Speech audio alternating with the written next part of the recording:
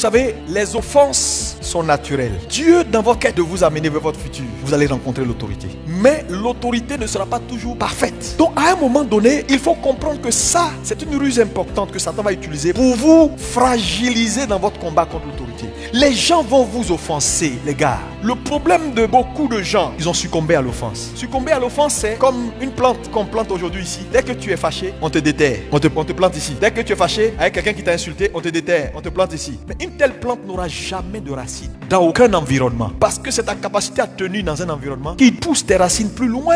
Mais sans racines, il n'y a pas d'auteur. C'est vrai qu'il peut y avoir des problèmes qui arrivent. Et Dieu utilise cela pour te relocaliser. Mais c'est des problèmes qui ne sont pas là matin, midi, soir. On ne passe pas sa vie à s'offenser. On s'en sortira pas. Dans le foyer, les offenses viendront. Dans la maison, les offenses viendront. Au travail, les offenses viendront. À l'église, les offenses vont se multiplier même. Parce que là où il y a des œuvres, ce sont ces choses-là qui sont là. Et je veux te dire, Dieu ne va pas régler ton problème sans te confronter à ce qui peut régler ton problème. Il y a des gens, il faut qu'on te choque pour que tu reviennes à la raison. Donc les gens s'offensent et puis ils tombent dans l'amertume. Donc ils sont assis dans l'église, le frère qui s'assied là, s'assoit au milieu. Après il est assis derrière, il est offensé, il est blessé. Et souvent ils ne disent rien. Et l'offense, elle finit par te conduire dans des étapes. Numéro 1, quand tu es offensé, tu vas avoir de l'amertume. Tu es blessé. Quand tu es blessé, tu vas être passif. Quand tu vois les gens entrer dans une zone de confort où ils sont passifs, moi je viens à l'église, je prends mon message, je m'en vais. Ils ont été blessés. Au lieu de traiter leurs problèmes, ils ne comprennent pas que Satan est en train de les faire bouger vers quelque chose qui va exécuter leur vie. Parce que l'amertume, les blessures intérieures, qu'elles ne sont pas réglées, frère, elles vont vous conduire. Et on a un cas école dans la Bible. Le cas école, c'est le cas de Absalom. De Samuel 13, verset 22. Absalom, fils de David, roi. Il avait plusieurs enfants. Et un jour, il y a eu un incident familial. Et Amnon, qui était l'un des fils de David,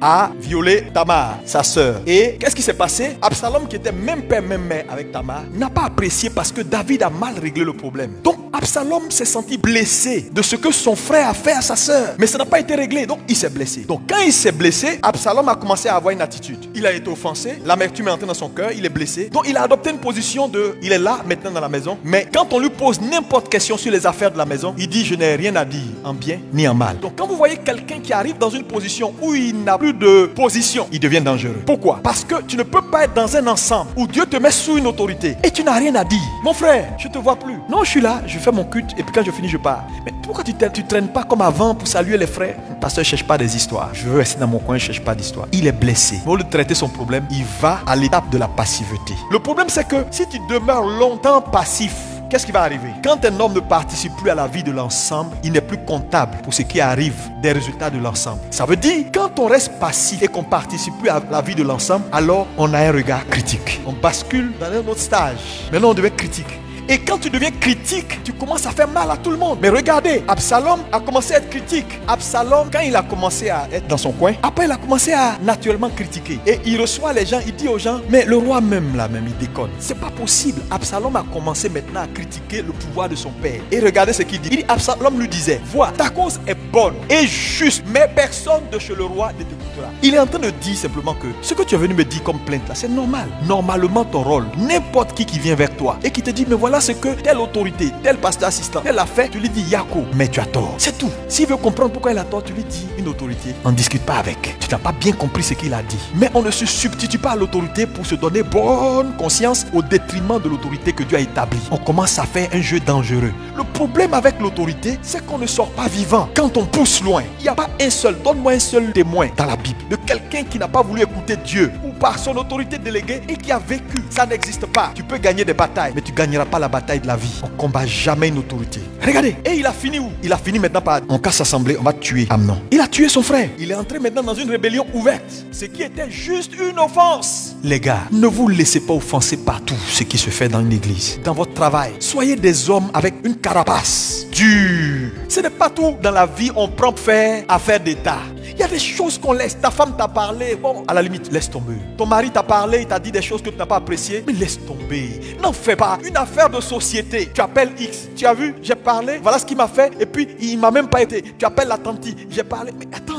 une petite affaire devient une affaire d'État. Non! La plupart des gens que vous voyez qui ont 70 ans de mariage, 80 ans, ils fêtent, ils sont encore ensemble là. Demandez-leur s'ils n'ont pas souffert. Demandez à la femme si elle n'a pas souffert. Dans la vie, il y a des choses qu'on peut avaler. Quand on sait qu'on peut gérer, il y a des éléments de base. Le monsieur là craint Dieu. Le monsieur est d'accord pour te respecter. Le monsieur est d'accord pour tenir sa maison. Aide-le à régler ses problèmes de... Il a été mal élevé, il a grandi dans cour commune, il respecte rien, il cache tout, il est nerveux. Ça là, on peut régler. Mais on casse pas une maison sur des choses qu'on peut régler. Et l'avenir des enfants, vous allez payer cash. Parce que ces enfants-là n'ont pas demandé à venir au monde. Quand vous les faites venir dans une maison, vous devez assurer la postérité. Par votre exemple de couple. Sinon, si vous les dérangez dans leur tête, vous allez voir ce qui va arriver. Gérez vos offenses. Une offense se gère. Quand quelqu'un t'offense, la première question, qui est la personne qui m'a offensé? Si tu trouves la bonne réponse, l'eau glacée va tomber sur toi. Parce que je vous dis, dans tous les cas, dans la vie, chacun son patron. Et quand Dieu met quelqu'un sur toi, il peut te parler. Jésus, à un moment donné, s'en va. Il y a une femme qui apparaît derrière elle, la femme syrophoénicienne, une grecque. Elle dit Seigneur, elle lui donne des éloges. Regardez la réponse de Jésus. Il dit, je n'ai été envoyé qu'aux brebis perdues de la maison d'Israël. Elle poursuit. Il dit, je ne prendrai pas la nourriture des enfants pour donner aux chiens. Comment tu peux m'appeler moi chien? Moi qui t'ai honoré, qui t'ai appelé Seigneur, tu dis je suis chien? Elle n'a pas regardé à ça. Jésus l'a ouais. Elle a continué. Et Jésus a dit, cette femme a la foi. Je vous dis, vous allez faire face à des gens qui vont dire des choses, qui vont vous parler. Toi, on ne peut pas te parler. Tu es qui toi? Et puis on ne peut pas t'insulter. La reconnaissance de son identité et de qui on est ne nous exclut pas la justice de l'autorité. Ou que l'autorité nous parle. Attends, mon papa me parle, ça n'enlève pas ma valeur, c'est mon père. Non, si tu m'as parlé comme ça, comment tu peux me parler comme ça? Oui, je te parle comme ça. Même ton mari te parle. Comment tu peux me parler comme ça? Je te parle comme ça. Parce que le fait de te parler, je suis ton autorité. Mais ça n'enlève pas ton identité, ta valeur. Parce que si je ne reconnaissais pas ta valeur, je ne me serais pas lié à toi. Donc on est, en termes de valeur, on est les mêmes. Mais en termes d'autorité, je peux te dire certaines choses pour te régler. C'est vrai, je ne suis pas en train d'encourager les hommes à dire n'importe quoi à leur femme ou aux femmes à dire n'importe quoi à leur mari. Le respect est quelque chose qui doit être de mise. Mais s'il arrive que quelqu'un a été mal éduqué, quelqu'un a des problèmes pour se métamorphoser, il faut l'aider. Ne détruis pas tout à cause de ça. Le monsieur, il a fini de parler, il a oublié. Toi, tu es dans Palabre depuis 3 semaines. 2 Samuel 16, verset 11.